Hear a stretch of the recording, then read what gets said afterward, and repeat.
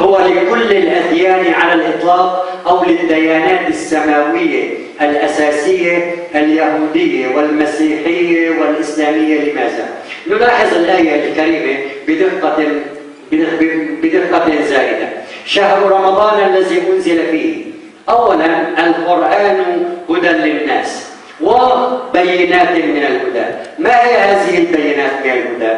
هي الإنجيل حصرا لقوله تعالى: وآتينا عيسى ابن مريم البينات وأيدناه بروح القدس، ورد مرتين في سورة البقرة. إذا الإنجيل أنزل حصرا أيضا في رمضان، والحديث الشريف يقول أن الإنجيل أنزل في 6 رمضان، أي قبل القرآن الذي أنزل في العشر الأواخر، والفرقان الذي هو التوراة.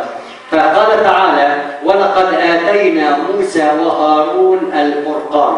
إذا شهر رمضان أنزل فيه الكتب السماوية الثلاث، أنزل فيه القرآن هدى للناس وبينات من الهدى الذي هو الإنجيل والفرقان. إذا والآية الكريمة توضح في سورة الأنفال: في أي يوم حصرا أنزلت التوراة. أنزلت في 17 رمضان حصرا. معركة بدر حصلت يوم 17 رمضان، يوم التقى الجمعان.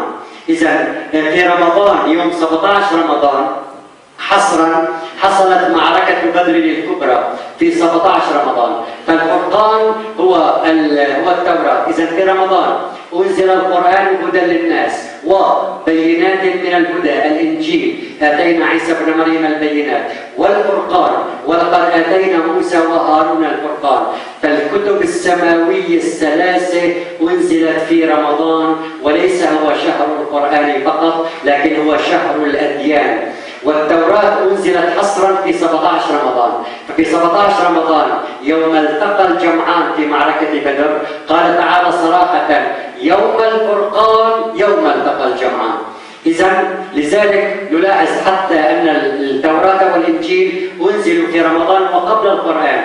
يجب أن يكون رمضان هو لكل الأديان، لهذا التلاحم، لهذا التآلف. وتوضح هذه الآية بشكل مذهل هذا الكلام. الله يقول هنا صراحة: لا أحد يحتكرني إليه، أنا لست حكرا لأحد أو لدين دون آخر. هذه الآية مذهلة، فالله للجميع وإبراهيم للجميع. هذه الآية المذهلة ليس بأمانيكم بمعتقداتكم ولا أماني أهل الكتاب. لا أحد يحتكرني إلى ذاته. من يعمل سوءا يجزى به مهما كان وبكل الأديان. آية واضحة في المساواة الإلهية. من يعمل سوءا يجزى به ولا يجد له من دون الله وليا ونصيرا.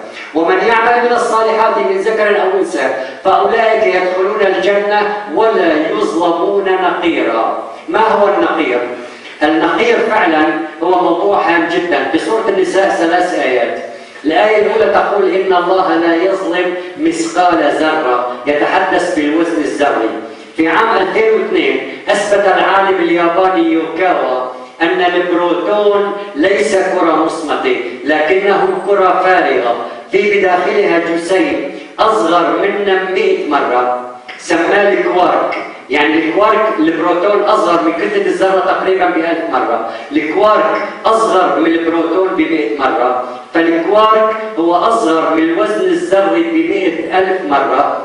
لذلك قال: ولا يظلمون نقيرا. والنقير يتحرك بحركة جيبية كأنه ينقر نقرا ولا يدور في مدار دائري. إذا ولا يظلمون نقيرا. إذا في كل الأديان وفي كل الطوائف من يعمل من الصالحات لا يظلم نقيرا، ومن يعمل سوءا يجزى به. فلا يجوز لأحد أن يحتكر الموضوع إلى ذاته.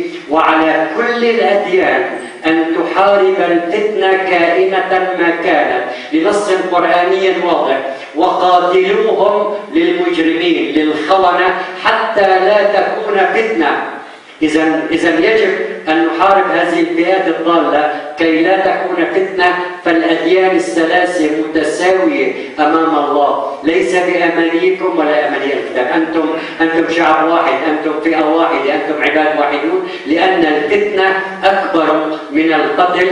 لذلك السادة القسيسين والرهبان الإخوة المسيحيين يمدحهم القرآن بشكل مذهل في عدة آيات، ولتجدن أقربهم مودة للذين آمنوا الذين قالوا إنا نصارى، ذلك بأن منهم قسيسين ورهبان، شخصيات رائعة، شخصيات متميزة، وأنهم لا يستكبرون، بتواضع بهدوء مذهل. فالقرآن الكريم يمدحهم بهذا الشكل الرائع. وقفينا بعيسى ابن مريم وآتيناه الإنجيل، ونلاحظ هذه الآية المذهلة بسورة حديد: وجعلنا في قلوب الذين اتبعوه رأفة ورحمة، فهم مواطنون صالحون يعملون لأجل الوطن وخدمة الوطن. فالمسيح حسب ما ورد في سفر الرؤيا هو حمل الله كما ورد في إنجيل يوحنا. لذلك طوبى للمدعوين إلى عشاء عرس الخروف. هذا التسامح المسيحي يجب أن يقابل بالتسامح الإسلامي، يجب أن يقابل بالتسامح الأديان. لذلك طوبى للمدعوين إلى عشاء عرس الخروف كما ورد في سفر الرؤيا. وهنالك مقارنة طريفة بين طوبى السيد المسيح. طوبى السيد المسيح حرف الطاء هو الطهارة، الواو هي الوداعة والهدوء، الباء هي البركة، والألف هي الأخوة. أما طوبى الصهاينة فالطاء هو الطمع، والواو هو المشاية والفتنة، والباء هو البخل والاحتكار، والألف هي الأنانية والعداوة.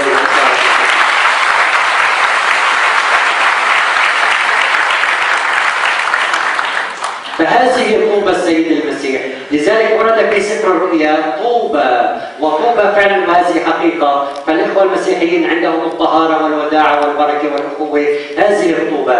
أما الصهاينة في كل دول العالم عندهم الطمع والوشاية وإثارة الفتن والاحتكار وإقامة الأزمات والأنانية وعداوة كل الشعوب. نلاحظ هذا الموضوع فعلا. هذه الحقائق القرآنية القرآن يوضحها من آيات وعجائب في إسرائيل من عند الرب الجنود الساكن في جبل صهيون. إذا الصهاينة ربطوا حاليا دولة إسرائيل بالحركة الصهيونية كما ورد عندهم في سفر أشعياء. إن بيت إسرائيل أو الدعاية الصهيونية الحالية لما سكنوا أرضهم نجسوها بطريقهم وأفعالهم. الذي نجسه بيت إسرائيل الصهاينة في الأمم حيث جاءوا كما ورد في سفر حزقيال. نلاحظ أن الأخوة المسيحيين القرآن يمدحهم بشكل مذهل. أما هؤلاء الصهاينة فعلا عندهم الإله يهوه الذي يقول لهم أحرقوا حتى بنيهم وبناتهم في النار، وطبقوها هذه في غزة حيث استخدموا الفوسفور الأبيض لأن عندهم الرب رجل حرب. لكن لاحظنا عن السيد المسيح أنه الحمل الوديع. والصهاينة شنوا الحمل الشعواء حتى على الملائكة الكرام. نأخذ مثال جبريل عليه السلام. جبريل عليه السلام في الدين المسيحي هو الحمامة البيضاء التي ترسم في الأيقونات فوق رأس السيد المسيح. ففي الأناجيل الأربعة بما معناه حينما تعمد يسوع وخرج من الماء وجد روح الله نازلا مثل حمامة. هذا جبريل في الدين المسيحي مثل حمامة. في الدين الإسلامي جبريل عليه السلام علمه شديد القوى ذو مرة فاستوى وهو بالأفق الأعلى. عند الصهاينة قل من كان عدوا لجبريل، حتى حرفوا مع الأسف اسم ملك الموت. الله يسميه ملك الموت. جاءت الدعاية الصهيونية تسميه عزرائيل. قلنا أن إيل هو الله. كلمة عزرائيل بالعقلية الصهيونية تعني شيطان إيل أو شيطان الله، لأنهم أحرصوا الناس على حياة فيكرهون الموت وملك الموت. لكن مع الأسف نحن استخدمنا هذه العبارة ولم نستخدم كلمة ملك الموت.